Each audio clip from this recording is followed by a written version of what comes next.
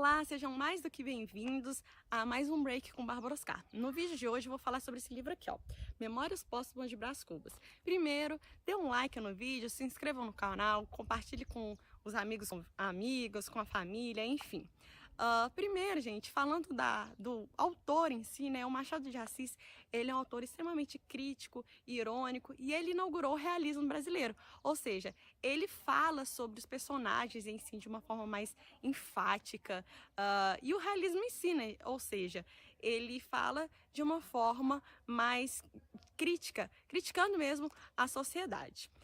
E esse livro aqui, ele é muito interessante e ele é muito atípico, porque ele é separado em 160 capítulos, dá uma impressão que ele é muito grande, mas ele não é.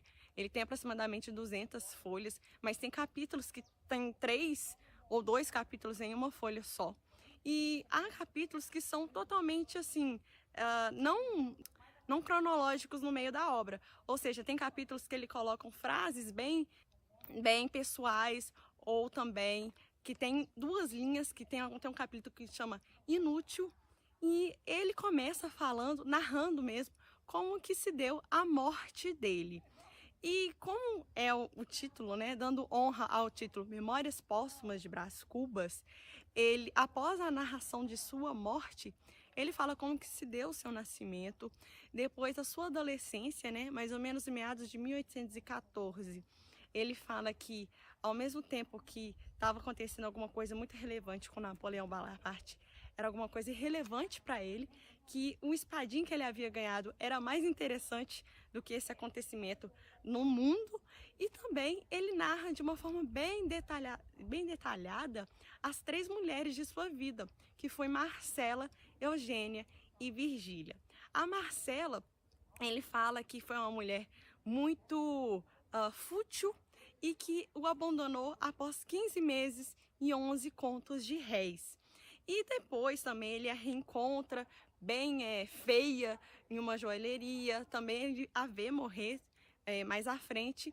E a Eugênia, tadinha, ele a abandona, foi um amor bem breve, porque tinha um ar bem preconceituoso, até porque esse livro aqui ele passa no século XIX, né, em 1800 e bolinha, e por ele chama ela de amor das coxas, né, mulheres das coxas, porque ela era fruto de um amor, de um adultério, e ele prefere não seguir com o relacionamento. No entanto, a Virgília foi a mulher do qual ele teve um relacionamento duradouro até o fim de sua vida.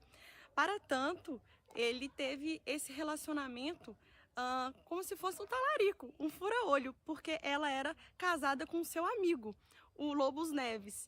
Então, esses foram os 3 amores de sua vida. E também ele tinha algumas metas em sua vida, né? Que era ser um deputado, né? Um ministro de Estado, e também ter, ou seja, conciliar a vida pública com um casamento e filhos.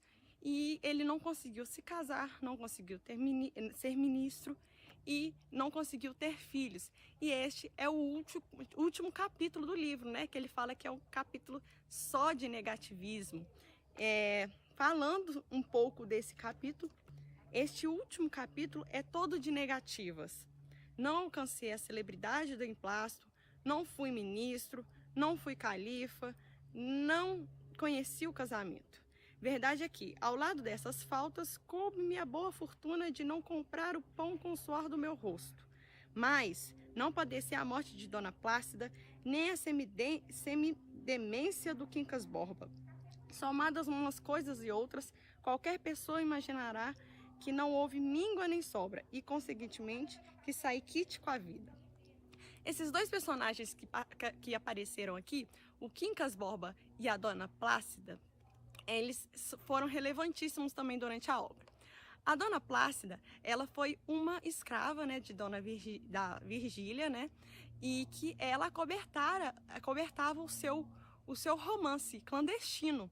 E ela era uma senhora que ele gostava bastante.